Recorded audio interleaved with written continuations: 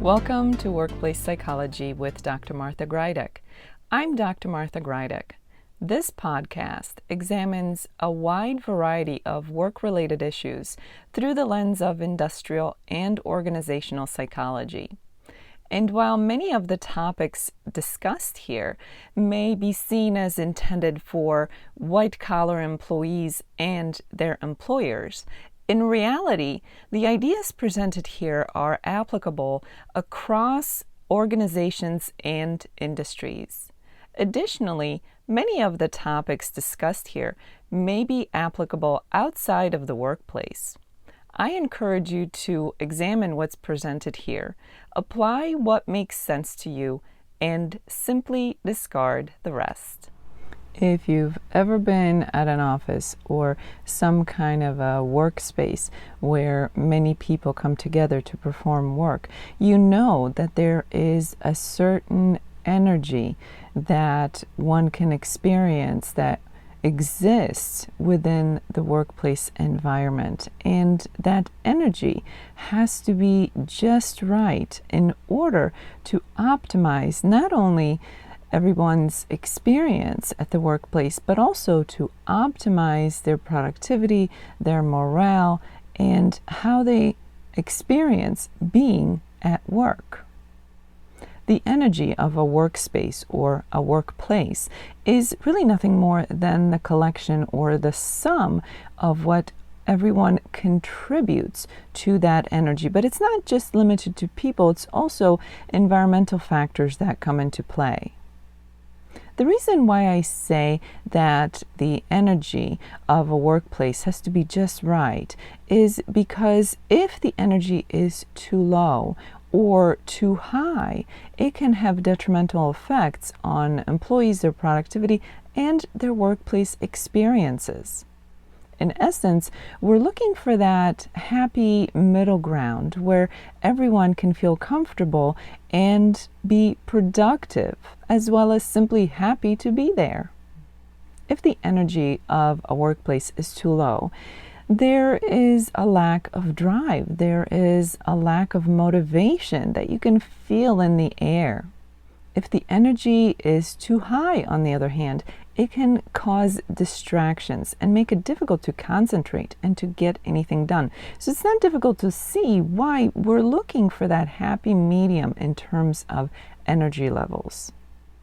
When energy is too low, it could come from the environment that is created by individual employees or the management or the surroundings themselves. If the environment lacks proper lighting, or if the walls are dark, or the space is dingy, oppressive, cluttered, uninviting, any such factors can contribute to the energy being dragged down and being perceived as a low energy environment, low energy experience.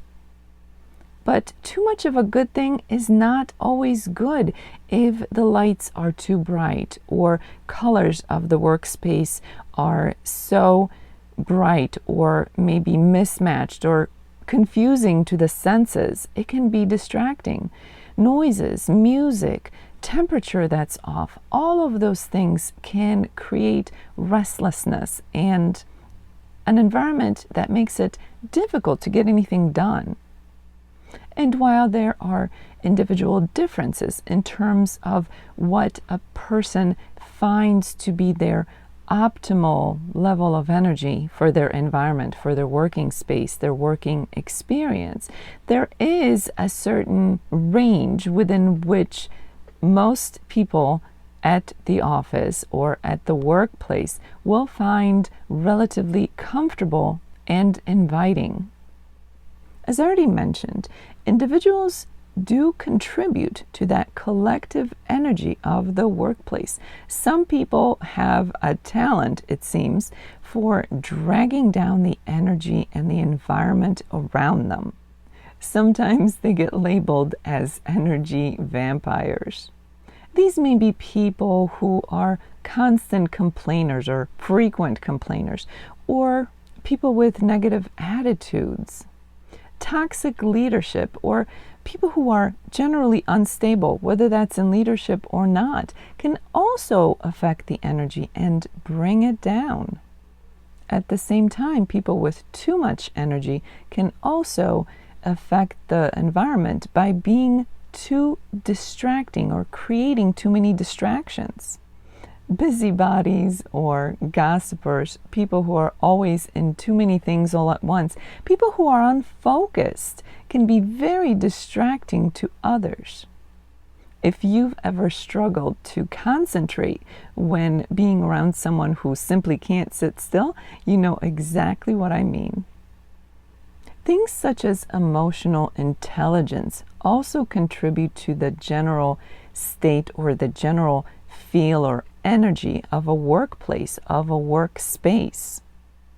People who rank high on emotional intelligence tend to bring stability into the equation, whereas people who rank lower on emotional intelligence are more likely to affect that environment, that office energy or that workplace energy, by either dragging it down and making it feel too low, or adding too much energy into the equation and making things more likely to distract others.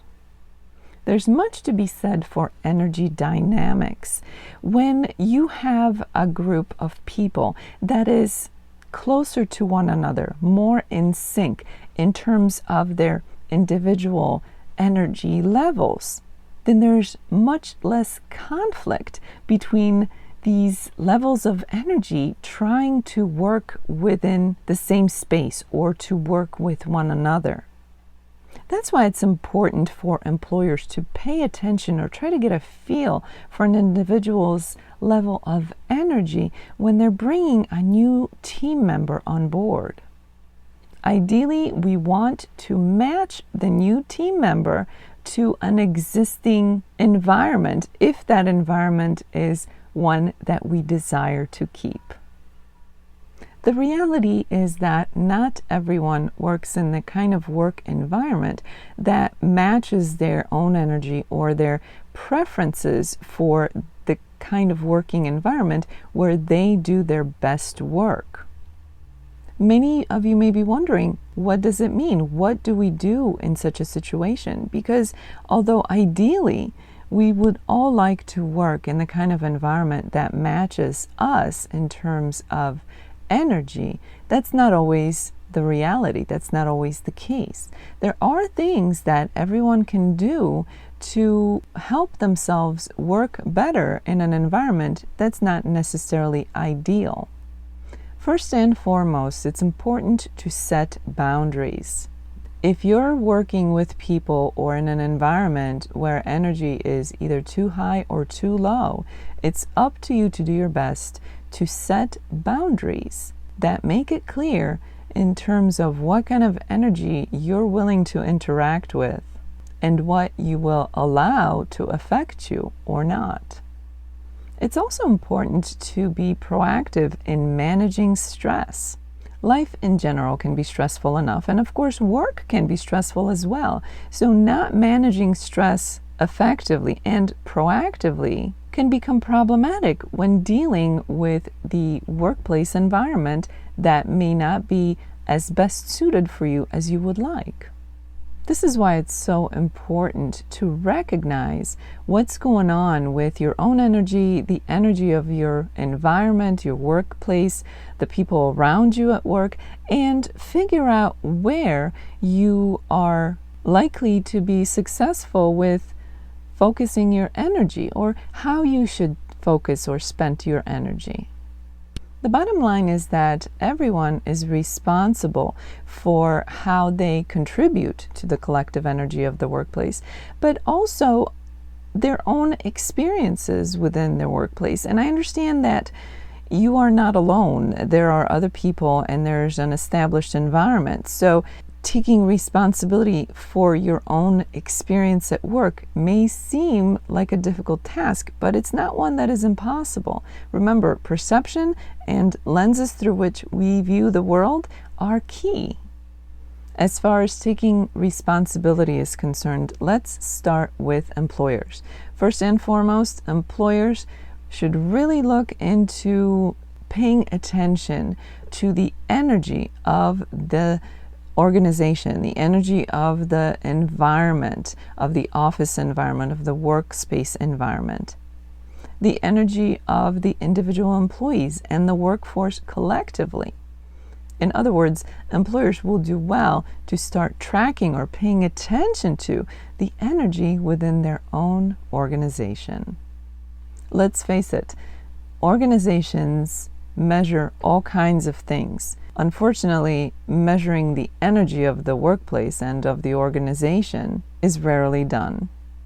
Of course, individuals have the responsibility and the opportunity to pay attention to their own work energy and to understand what makes it change, what affects it. Once you know that, you can be more proactive in managing your own workplace energy. It's important to be intentional with your energy.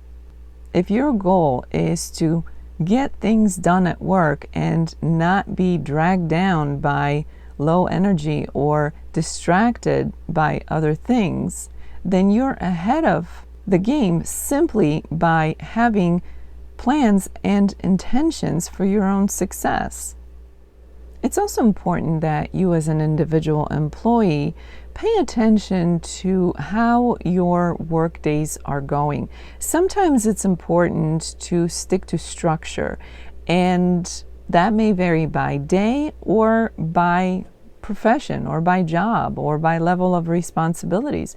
Other times you may have a little more leeway to be spontaneous or to change things up, or maybe even to do things as simple as change the order in which you complete your tasks, simply to not get too rigid in your workplace experience and allow for some fluidity, for some variation in your day. Things like that can really affect your own energy while at work. And remember, it's important that you take responsibility for how you contribute to that collective energy of the workplace. There are things that organizations can do to contribute to the kind of environment that exists, that is created within the organization. As I already mentioned, paying attention to the energy of the workspace, of the workforce is important, but knowing what things look like is just the first step of doing something about it. Organizations have the responsibility to have the right kind of leadership in place, and that includes both leaders and managers. You can't have toxic leadership or management in place and expect to magically have just the right positive energy in that work environment. As an organization, as an employer, you want an energy that fosters employee ease and comfort, but also their productivity, high morale, open communications, motivation, all the things that make both the employer and the employee successful. It's also important that the organization take responsibility for the physical space. Is the physical space in which your employees are working, spending so many hours of their day, one that fosters the desired type of energy? In other words, are you making things comfortable for your employees? Are you motivating them and allowing them to be productive and generally happy to be there? Or are you dragging them down or maybe distracting them too much with the environment in which they are working for hours at a time? It's absolutely critical that communication channels be open within an organization. When people aren't allowed to voice their concerns or speak up or offer suggestions, or worse yet, when they do speak up, but they are not heard or nothing is done with their suggestions, that really affects the feel of the workplace experience and, in essence, the energy of that workplace experience. So clear communication channels are critical. This brings me to my next point. It's also important that organizations collect or ask for feedback from their employees, but don't stop at just collecting data. Make sure you act on your findings, on what your people are sharing with you, what they're telling you. Something else that organizations can influence tremendously is the whole concept of work-life balance. An organization should never interfere with an individual's ability to find true balance between work and their personal life. And while some individuals are innately better at seeking and finding that balance, the organization has yet another opportunity to promote and teach people what work-life balance could look like for them, essentially inspiring the individual employees to pursue more of a balance within their own daily experience. This brings me to the next idea, which is employee wellness programs.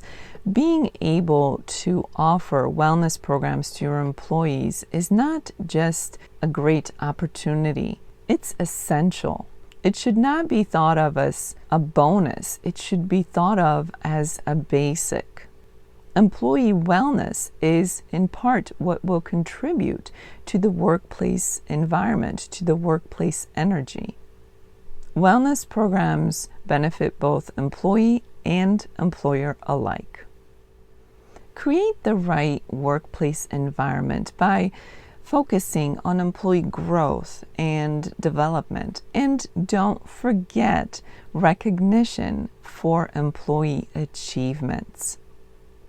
These are just a few ideas of how an employer can contribute to creating the kind of workplace environment that will provide just the right energy for everyone to succeed. As this episode comes to an end, let's review what was discussed. The workplace energy is critical for workplace experience. It can affect things such as productivity, motivation, morale, and even well-being. Energy that is too low can be just as detrimental as energy that is too high. Therefore, what we're looking for is that happy middle ground where the environment promotes success for everybody. The individual as well as the organization both have the responsibility for the workplace environment or the workplace energy, not only in terms of what everyone contributes to that environment, but also how you experience it. Self-care and setting boundaries can be tremendous in how your contribution to the collective workplace energy or environment plays out. There are many ways in which employers can help to shape or create the kind of workplace environment that will benefit their employees and, by extension, the organization itself. From the right leadership to employee wellness programs, from creating open communication channels to supporting work-life balance, employers have tremendous power and responsibility in terms of creating the right environment for their workforce and for everyone's success. As this week unfolds, I encourage you to think about the energy of your own workplace, whether you're an employer, someone in management or leadership positions, or an employee that has a non-management position within an organization. Everybody has some kind of experience, so you're uniquely qualified to assess what the workplace environment or energy is like. You also have the opportunity and the responsibility to be aware of how you contribute to that collective. Take this as an opportunity to make any changes or adjustments to things that you may need to do towards your own experience, but also in regards to your own contribution to the collective environment. For those of you who experience this podcast in an audio-only version, I invite you to check out my YouTube channel, Stress Free with Dr. G, where you can find the video version of the podcast. While you're there, check out some of the other videos which focus on an effective way to manage stress. Stress Free with Dr. G can be found on YouTube, and the link for that is in the description below. Thank you for joining me today. Please subscribe to this podcast. I look forward to seeing you here again next time. Until then, I wish you joy and well-being.